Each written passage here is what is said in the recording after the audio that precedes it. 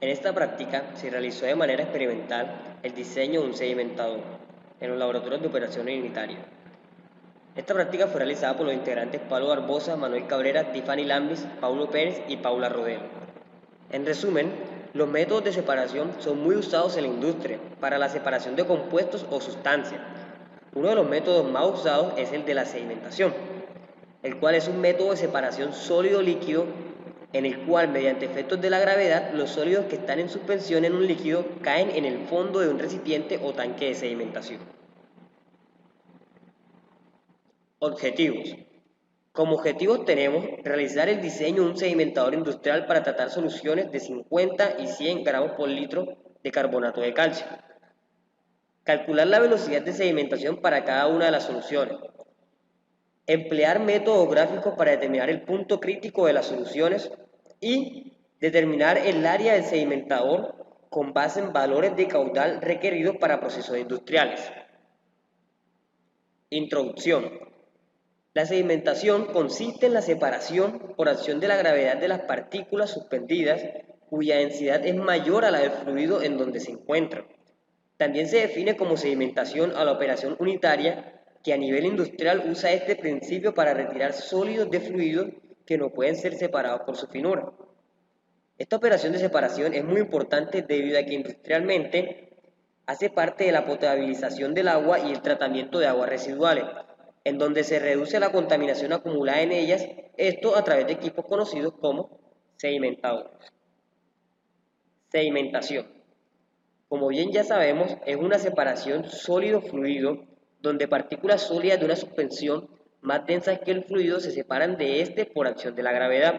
El fluido puede ser un gas o un líquido en movimiento o reposo.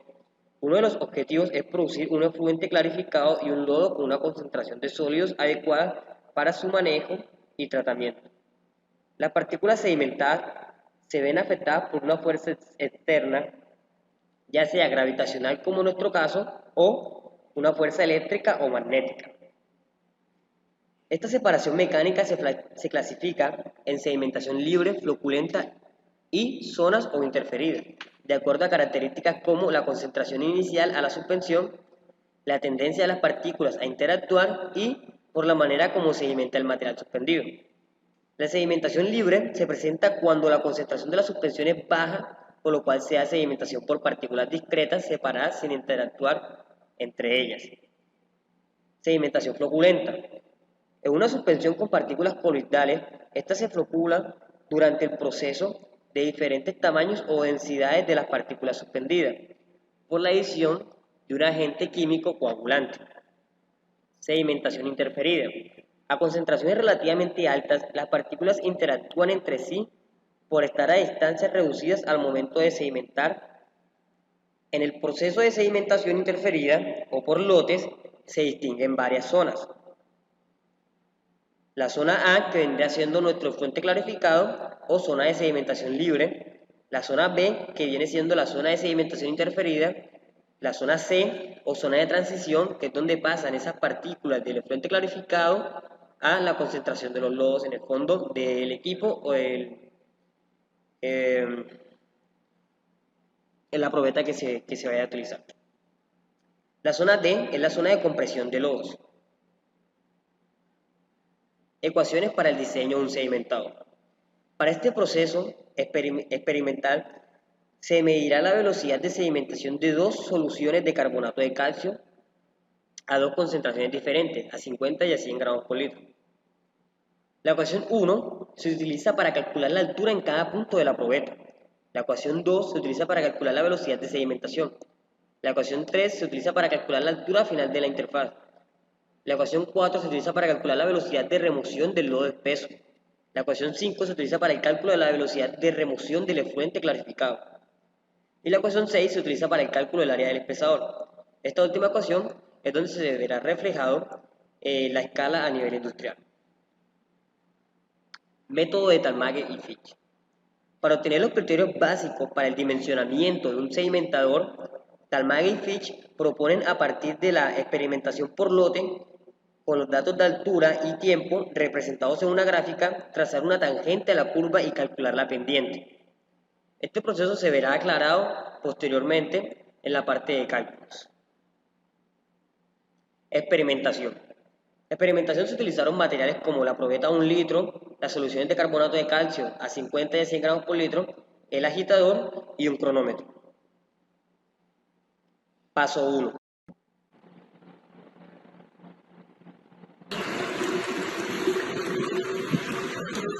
Donde se adiciona el carbonato de calcio a la probeta. Paso 2.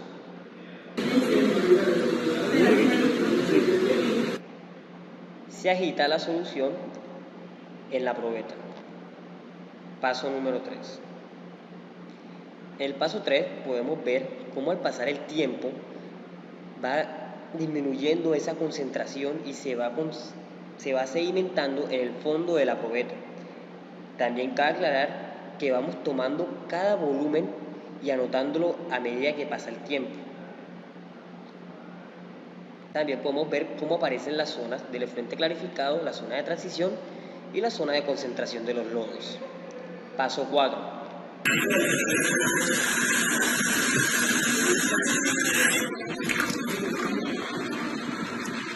En el paso 4 no es más que la finalización de la práctica y el lavado de los instrumentos.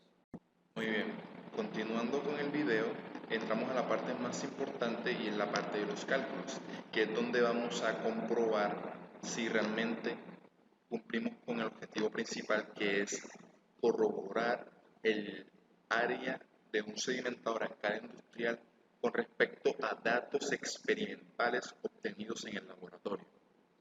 Bien, si puede observar en la parte inferior izquierda de su pantalla, tenemos datos para concentración de 50 gramos por litro y de 100 gramos por litro para una primera prueba.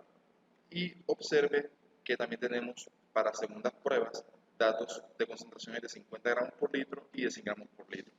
Esto se hizo ¿por qué? Para obtener una mayor gama de datos experimentales para poder obtener un margen de error mucho menor y acercarnos mucho más al valor estipulado o el valor deseado.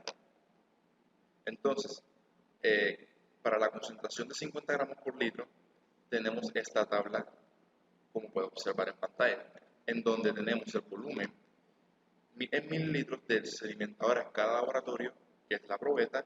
Tenemos un tiempo 1, que es el tiempo original, en minutos. Tenemos un tiempo 2, que es el tiempo réplica en minutos, y este tiempo réplica se hizo ¿para qué? Para sacar un margen de error. Es decir, que para una prueba de 50 gramos por litro se debe hacer para un tiempo 1 y para un tiempo 2. Y luego tenemos otra columna que es el tiempo promedio, que no es más que un promedio entre dichos tiempos. Y tenemos la última columna, que es la columna de las alturas a diferentes volúmenes.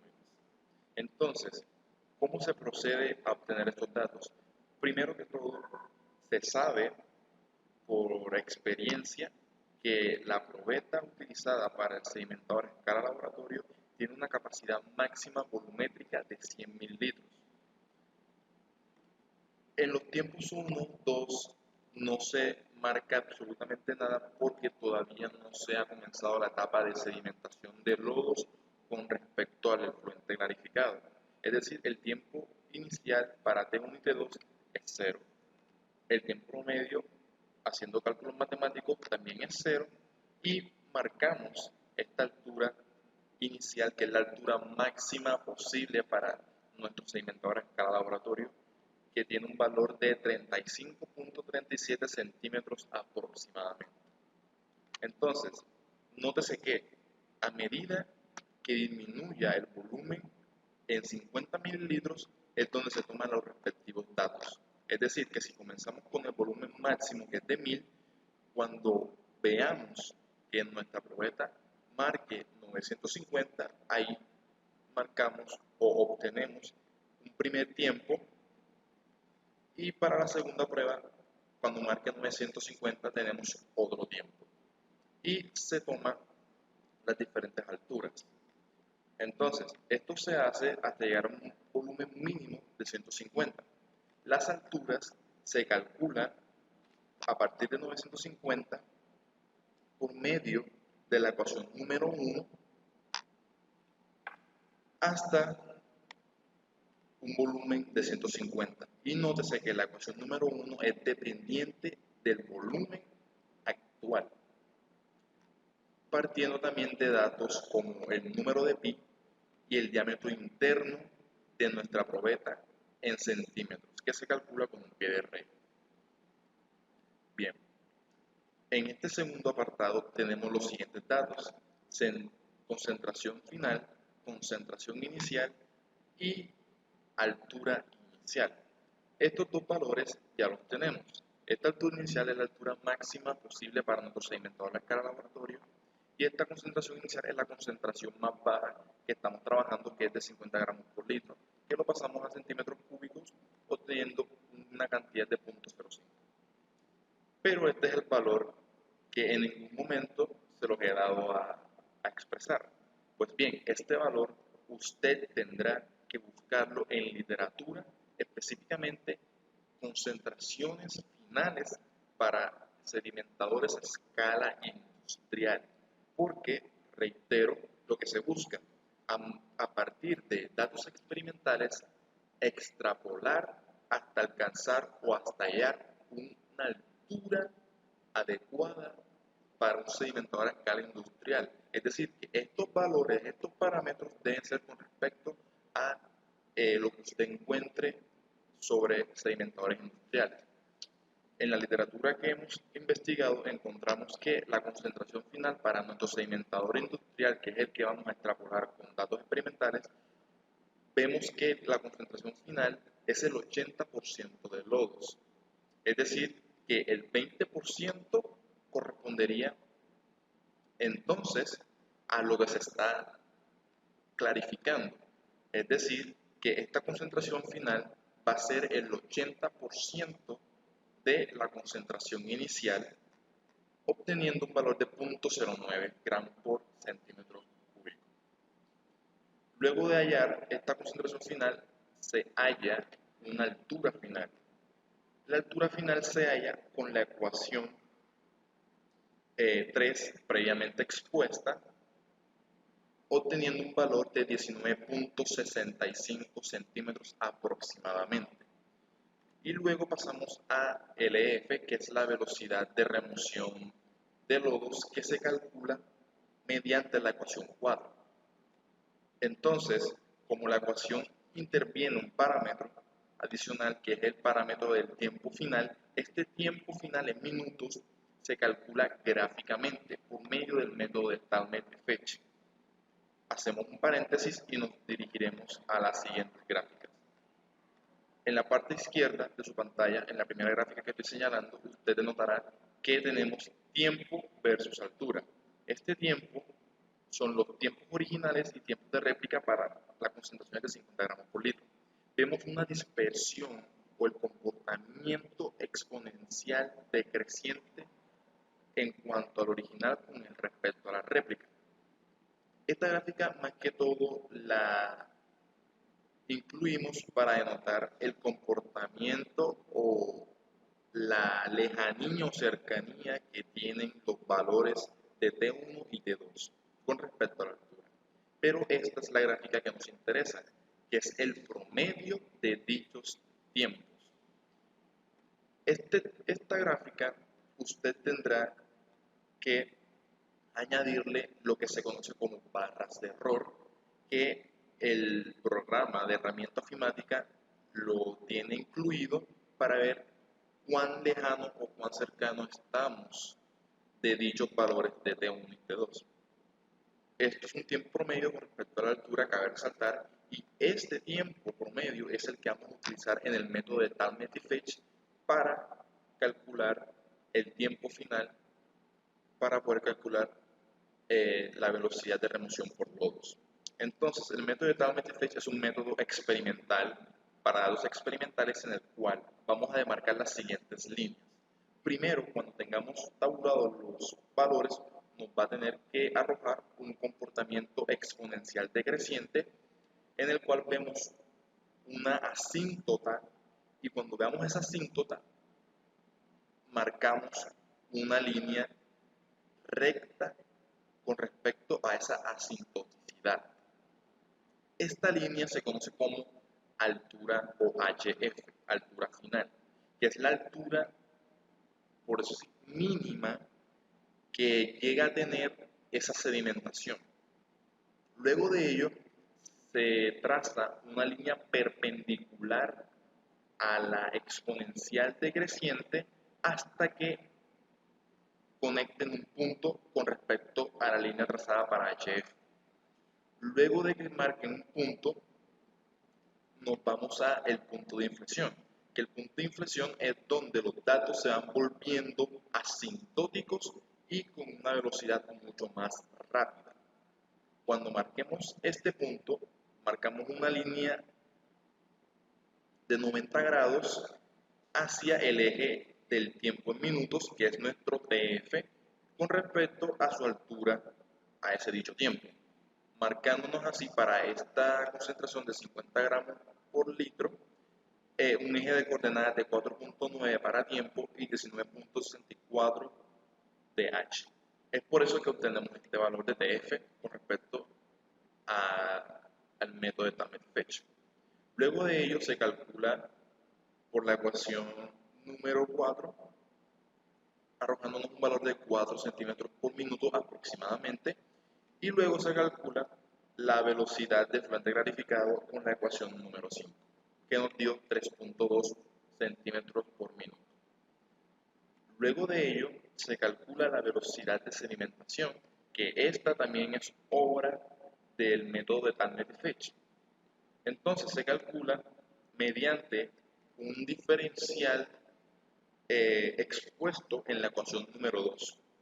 Pero como el método de Tamet-Fetch, reitero otra vez, se calcula experimentalmente, la velocidad de sedimentación se calcula como la pendiente. Y recordemos que la pendiente está relacionada con la primera derivada, en donde ya el paquete de Office en Excel ya lo tiene incorporado y solamente tenemos que escribir los parámetros como son el eje Y, que es la altura, y el eje X. Y nos demarca enseguida la velocidad de sedimentación para esta primera concentración. Luego, antes de continuar, hay que tener claro cuál es el caudal que queremos evaluar para nuestro sedimentador industrial. Como muy bien lo explica acá para 80% de la literatura, este caudal también tiene referencia con la misma literatura, es decir, que para concentraciones de 80% de lodos, este debe ser su caudal mínimo, que fue de 180.000 centímetros cúbicos por minuto. Luego de ello, se calculan las áreas. En la experimentación se demarcan dos áreas que hemos previamente expuesto, como son las ecuaciones 6.1 y 6.2. En la ecuación 6.1 le corresponde este valor y en la ecuación 6.2 le corresponde este valor. Luego de obtener estos valores de área, entonces procedemos a hacer la selectividad, que la selectividad no es más que escoger el valor más apto para dicho proceso. En pocas palabras, escogeremos el área de mayor cantidad.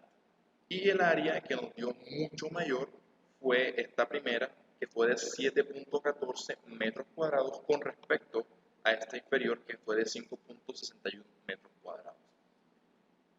Así se hace para cada una de estas pruebas de 100 gramos por litro y las segundas pruebas. Y análisis. Observamos que la velocidad de sedimentación al aumentar la concentración disminuye. Esto se puede considerar como una sedimentación interferida, en la cual las partículas interactúan entre sí con poco espacio entre ellas, causando choques en el descenso, por tanto disminuye la velocidad. Al hacer la escala del sedimentador experimental al industrial, la velocidad de sedimentación será la misma en ambos casos. Esto se da porque el área de sedimentación depende del caudal y tiempo de sedimentación y no directamente del área transversal. Además, el carbonato de calcio en la disolución se presenta como partícula discreta, no cambia de tamaño, no cambia de forma o de densidad.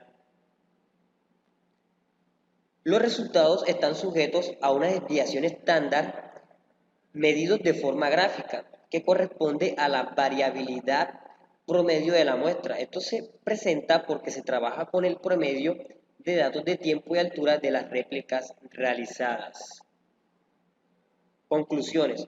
Luego de realizar las mediciones para las dos muestras de estudio y realizados los cálculos, se determinó que la solución de menor concentración, la de 50 gramos por litro, se presentó una mayor velocidad de sedimentación y una menor altura de lecho.